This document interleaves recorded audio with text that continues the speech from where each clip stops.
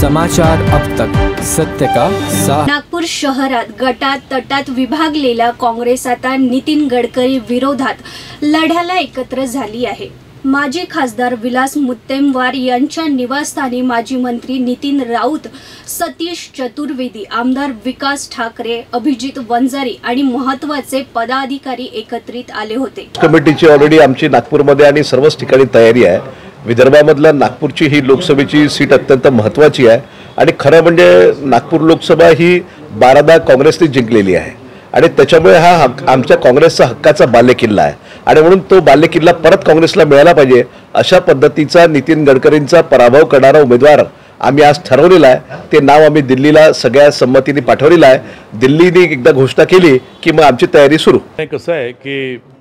ही निवडणूक देशासाठीच महत्त्वाची आहे आणि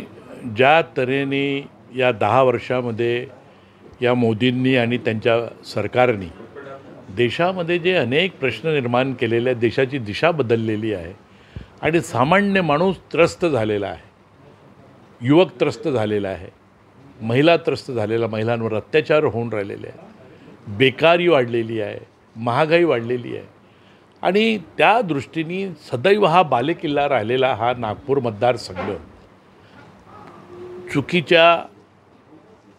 मनमुटावामुळे, छोट्याशा मतभेदामुळे जर इथे काँग्रेसचा कार्यकर्ता विखुरलेला असेल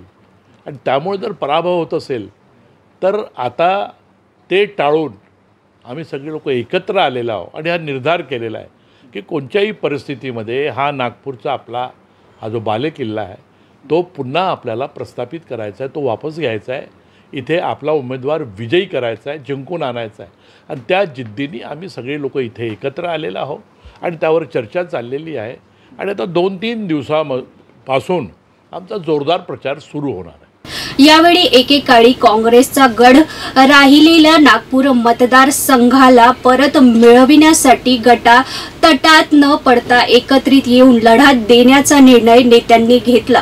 काँग्रेस धक्कादायक पद्धतीने नव्या चेहऱ्याला संधी देणार असून सामाजिक सक्षमीकरण साधणारा आणि निवडणूक जिंकणारा चेहरा देणार असल्याचे नेत्यांनी सांगितले। आजच्या बैठकीत उमेदवार ठरला असून त्याचे नाव दिल्लीमध्ये पाठविले आहे। लवकरच त्याची घोषणा होणार असल्याचे देखील नेत्यांनी स्पष्ट केलं। तर बसून कारण नागपूर शहरामध्ये जी काँग्रेसची जी शक्ती होती आणि काँग्रेस नेहमीचे 2014च्या पूर्वी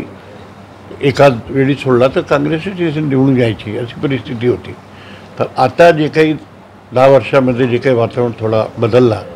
ते पुन्हा आम्ही काँग्रेस पक्षाचे सर्व कार्यकर्ते आणि नेते मंडळी आम्ही सर्वांनी या लोकसभेची निवडणुकीचे आव्हान स्वीकारून आम्ही सर्व एकत्रित आलो आणि प्रभावी उमेदवार जे ग्रास रूटवर जो इफेक्टिव्ह होईल आणि ज्याचा संपर्क असेल आणि ज्या पद्धतीने नागपूर शहराची सीट जिंकण्यासाठी ज्या उमेदवाराचा चेहरा जास्ती प्रभावी असेल त्या पद्धतीने आम्ही मंथन केला, चर्चा केली आहे। त्या पद्धतीच्या आता दिल्ली जे त्यांना निवडणूक जी समिती आमची सीईसी त्याला कॅन्डिडेट ठरवायचे आहे आणि ते ठरवतील कॅन्डिडेट ठरवल्यानंतर आता आमची त्यांची जी काही चर्चा सुरू आहे कारण नागपूर शहरामध्ये यावेळी आम्हाला आमच्या कॅन्डिडेट निवडून आणायचे आहे आणि काँग्रेसने मोठं आव्हान याचा प्रभाव विदर्भावर, सेंट्रल इंडियावर आणि राज्यावर 100% पडणार आहे आणि नागपूर शहरामध्ये जे काही प्रचार होता इथे कोणी उमेदवार नाही, काही फाईट नाही, कोणी लढायला तयार नाही, तशी परिस्थिती नाही। इथे अंडर करंट हा काँग्रेसच्या बाजूला सेक्युलर फोर्सेसच्या इथे मोठा अंडर करंट आहे। मला वाटतं की याच्या आधी मी सांगितलेलं आहे की निवडणुकीची तयारी करण्याची जबाबदारीच माझी आहे शहर अध्यक्ष म्हणून आणि ती तयारी पूर्ण करून चुकलो आहो। प्रचाराला आम्ही लागणार आहे, आमचं काम चालू आहे। आता उमेदवार निवडीबाबत आमचे वरिष्ठ ज्यांना निवडणुकीचा अनुभव आहे, 7दा 4दा 5दा सगळे लढलेले तिन्ही आमचे दिग्गज नेते इथे आहेत आणि आम्ही इथे कशी काय व्यूहरचना लढायची, कोण उमेदवार द्यायचा या संदर्भात आता चर्चा चालू आहे आणि मला वाटते की चांगला उमेदवार देण्यासंदर्भी निर्देश आमचे तिन्ही नेते आम्हाला देतील। आज संपूर्ण विदर्भामध्ये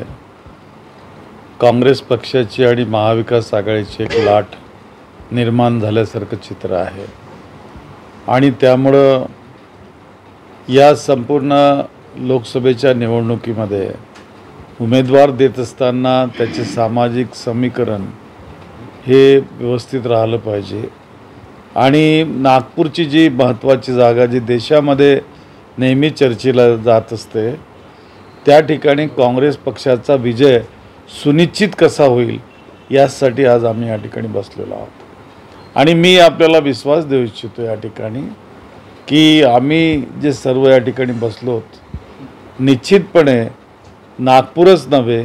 तर विदर्भातल्या सर्वच्या सर्व जागा आम्ही विजयी केल्याशिवाय राहणार नाही हा संकल्प आम्ही आज या ठिकाणी घेतलेला आहे.